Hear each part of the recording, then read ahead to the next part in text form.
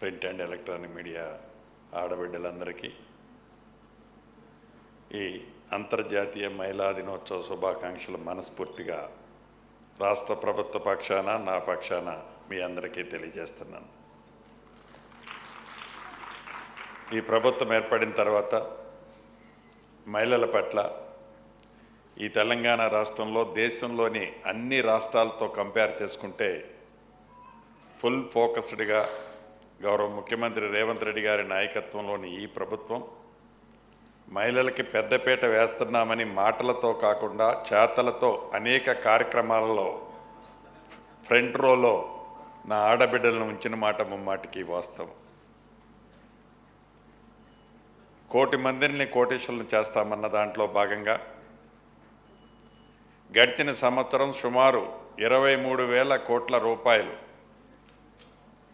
మహిళా సంఘాలకి జీరో ఇంట్రెస్ట్తో ఇప్పించిన ప్రభుత్వం ఈ ప్రభుత్వం. ఆ బెంచ్ మార్క్ని మరింత దాటి సుమారు 24-25,000 కోట్ల రూపాయలు జీరో ఇంట్రెస్ట్తో మహిళలకు ఇప్పించి వారిని ఆర్థికంగా మరింత బలోపేతంగా రాష్ట్ర వ్యాప్తంగా ఉన్న మహిళలను చేయాలని తపనతో దాని మీద ఫుల్ ఫోకస్ పెట్టడమే కాకుండా సోలార్ విద్యుత్ లాంటిది, పెట్రోల్ పంపులు వంటి బస్సెస్, ఇంకా సంక్షేమ కార్యక్రమంతో పాటు అభివృద్ధి కార్యక్రమంలో కూడా పురుషులకి ఎక్కడా తగ్గకుండా ఉండే విధంగా అవసరమైతే ఒక మెట్టు మహిళలకే ఎక్కువగా ఇచ్చే విధంగా ఈ ప్రభుత్వం చేపట్టింది అని చెప్పే దాంట్లో నేను నిర్వహిస్తున్న ఇందిరమ్మ ఇళ్ల స్కీమ్లో కూడా ఈ స్కీము కేవలం ఆడబిడ్డల పేరుతోనే ఇవ్వాలి అనే గౌరవ ముఖ్యమంత్రి రేవంత్ రెడ్డి గారి సూచనలకు అనుగుణంగా కేబినెట్ నిర్ణయం తీసుకొని ఆ దిశలో ఈనాడు ఇల్లు అంటే ఆడబిడ్డ పేరుతోనే స్టార్ట్ అవ్వాలని ఈ ప్రభుత్వం అలా చేపట్టిన సంగతి కూడా తెలుసు. ఈ అన్నిటితో పాటు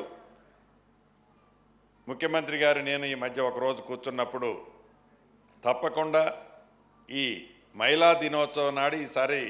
జర్నలిస్టులు సోదరీమణులతో, అది జర్నలిస్టులు డెస్క్లో ఉన్న ఇంకా ఇతరత్ర ఏ ప్రొఫెషన్లో ఉన్న